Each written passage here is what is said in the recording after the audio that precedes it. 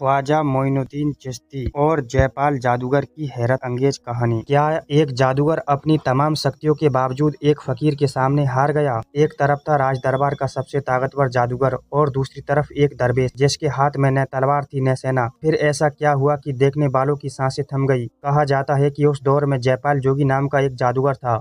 उसकी शक्ति का ऐसा खौफ था कि बड़े बड़े लोग उसका नाम सुनकर डर जाते थे। रिवायतों में आता है कि वह शेर की खाल पर बैठकर हवा में उड़ जाया करता था। लेकिन उसी समय अजमेर की धरती पर एक ऐसे फकीर तशरीफ लाए जिनका नाम था ख्वाजा मोइनुद्दीन चिश्ती रहमतुल्लाह अलैह। और यहीं से शुरू होती है इस हैरत अंगेज कहानी की दास्तान। बिस्मिल्लाहिर्रहमानिर्रहीम, अस्सलामु अलैकुम वरहमतुल्लाहि वबरकातुहू। दोस्तों, आज मैं आपको एक ऐसी मशहूर कहानी सुनाने जा रहा हूँ जिसका जिक्र सदियों से किया जाता रहा है।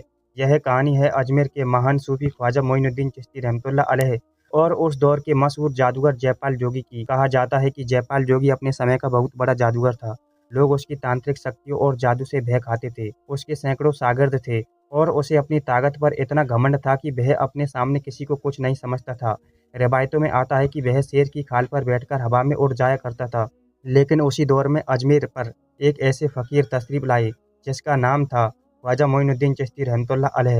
लोग उन्हें गरीब नवाज कहते थे क्योंकि उनका दिल गरीबों, मजलूमों और ज़रूरतमंदों के लिए धड़कता था।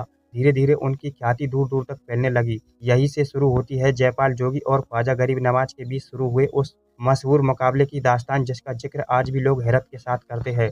तारीख में आता है कि एक दिन बादशाह पृथ्वीराज चौहान ने जयपाल जोगी को बुलाकर कहा, यह फकीर हमारे लिए बड़ी चुनौती बन गया है, क्या तुम इसका मुकाबला नहीं कर सकते? रिवायतों में आता है जब ख्वाजा साहब का प्रभाव बढ़ने लगा तो उनके विरोधियों ने राजा पृथ्वीराज के दरबार में इसकी चर्चा की। कहा गया कि एक दरवेश लोगों को नई राह की ओर बुला रहा है और उसके प्रभाव को रोकना आवश्यक है। जयपाल ने उत्तर दिया, मैं अपने जादू के बल पर इसका सामना करूंगा।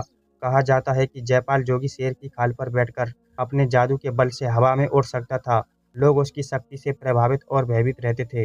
जब वह ख्वाजा गरीब नवाज के पास पहुंचा तो उसने कहा, अगर अपनी सलामती चाहते हो तो इस धरती को छोड़कर चले जाओ। ख्वाजा साहब ने फरमाया, मैं अपनी मर्जी से यहाँ नहीं आया हूँ और न अपनी मर्जी से जा सकता हूँ, मैं अल्लाह के हुक्म से आया हूँ। इसके बाद ख्वाजा साहब ने अपना साथ मौजूद फकीरों से कहा, तुम सब इस दायरे के अंदर रहो, इंशाअल्लाह किसी जादू का तुम पर असर नहीं होगा। कहा जाता है कि जयपाल और उसके शागिर्दों ने तरह तरह के जादू दिखाए, कभी सांपों का भ्रम पैदा किया, कभी आग का और तूफान जैसे दृश्य खड़े किए। लेकिन ख्वाजा साहब और उसके साथियों पर इसका कोई प्रभाव नहीं हुआ। जब उसके सारे प्रयास असफल हो गए तो जयपाल स्वयं मुकाबले के लिए आगे आया। वह अपनी जादुई शक्ति के सहारे हवा में उड़ने लगा। रिवायतों में आता है कि ख्वाजा गरीब नवाज ने अपने खड़ाऊ की ओर इशारा किया। फिर ऐसी करामात प्रकट हुई कि जयपाल की शक्ति निष्फल हो गई, वह जमीन पर आ गया। यह देखकर जयपाल का घमंड टूट गया। वह ख्वाजा साहब के कदमों में गिर पड़ा और बोला, अब मैं समझ गया हूँ कि मेरी शक्ति आपकी रूहानी ताकत के सामने कुछ भी नहीं है, मुझे माफ कर दीजिए। ख्वाजा साहब ने उसे माफ कर दिया और उसे इंसानियत, विनम्रता और अल्लाह की इबादत का संदेश दिया। कहा जाता है कि इस घटना के बाद जयपाल का जीवन पूरी तरह बदल गया।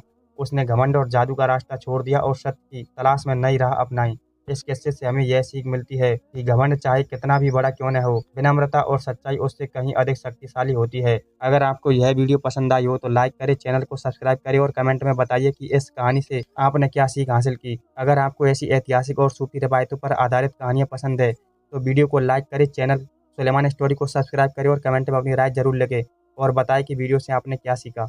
स्क्रीन पर एक सवाल दिखाई दे रहा होगा, आप उसका जवाब जानते हैं तो जरूर दें। अस्सलामु अलैकुम।